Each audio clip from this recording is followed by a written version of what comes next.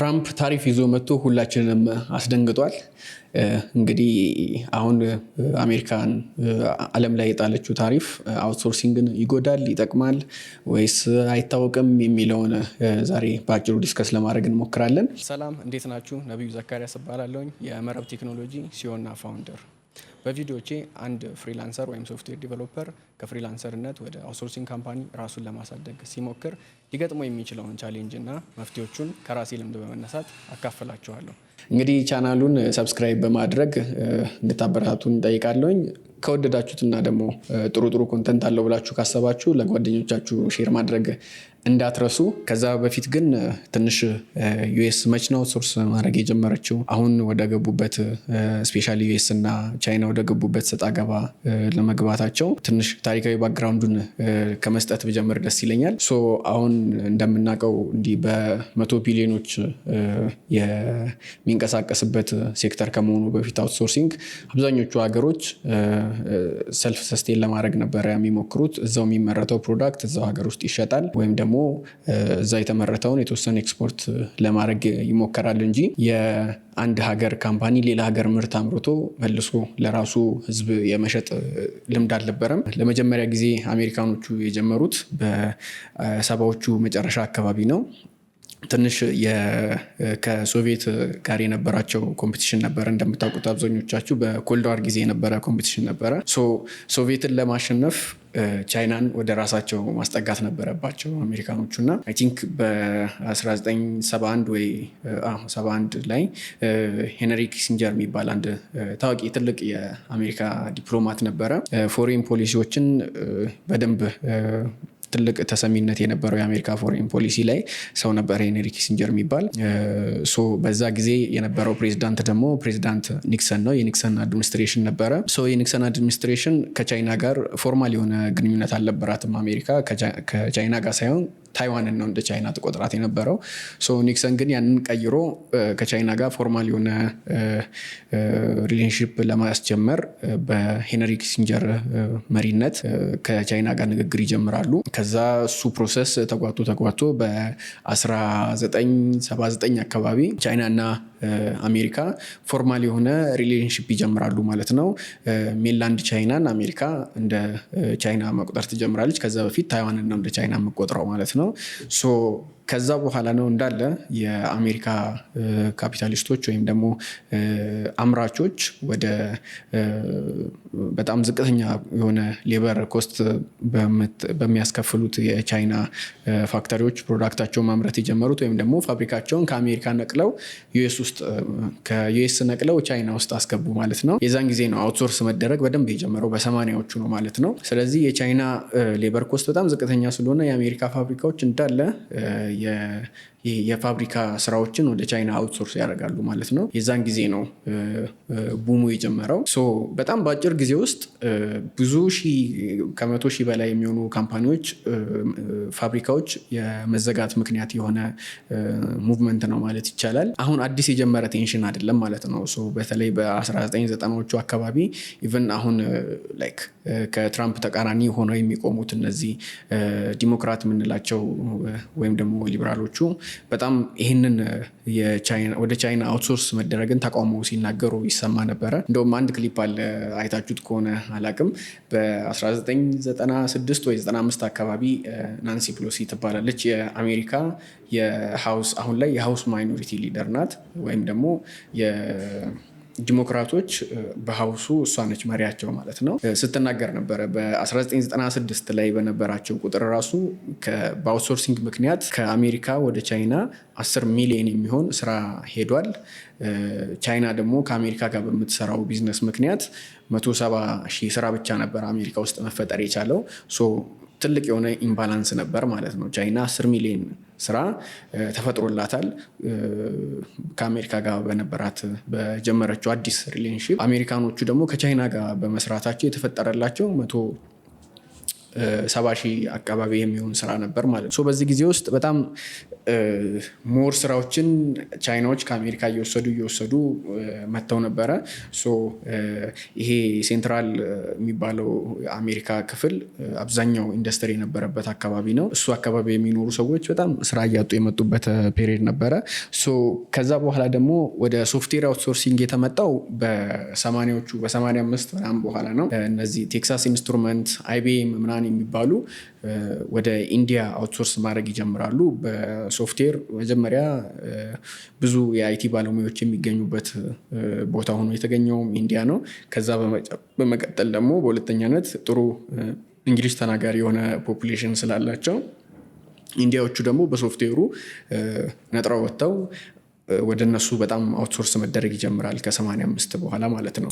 ይሄ የሄደ መጥቶ አሁን ወዳሉበት አሁን ወይ ትራምፕ ሪቨርስ ለማድረግ እየሞከረ ያለው ኒክሰን ያስጀመረውን አሁን ደግሞ ትራምፕ ሪቨርስ አድርጓለሁ እያለ ያለውን ይሄ ግሎባላይዜሽን የምንለውን ሲስተም ፈጥሯል ማለት ነው። የተለያዩ ካምፓኒዎች ስራቸውን ዓለም ላይ በትነው ያሰራሉ። እነሱ ግን ቤዝ ያደረጉት ወይ ዩኤስ ነው ወይ ዩሮፕ ውስጥ ነው። ይሄንን አሰራር ነው ሪቨርስ ለማድረግ ትራምፕ እየሞከረ ያለው። ሞሮፍ ከግሎባላይዜሽን ወደ ይሄ ኔሽኖች ራሳቸውን ችለው እንዲሄዱ ነው የሚፈልገው፣ ወይም ናሽናሊስት ነው ትራምፕ ማለት ይቻላል። ይሄ ሙቭመንት ላይክ እንደኛ ያሉ ገና እየጀመሩ ያሉ የአውትሶርሲንግ ዴስቲኔሽን ለመሆን እየሰሩ ያሉ ሀገሮች ላይ ምን አይነት ተጽዕኖ አለው ብለን ስንጠይቅ ደግሞ አሁን ላይ እሱም በስራዎቹ በሚያወጣቸው ፖሊሲዎች ለማየት እንደምንችለው አብዛኛው ታርጌት የተደረገው የሆነ የቻይና እና የዩኤስ አይነት የሆነ ኮልድዋር አይነት ባህሪ ያለው ነገር ነው እየተደረገ ያለው።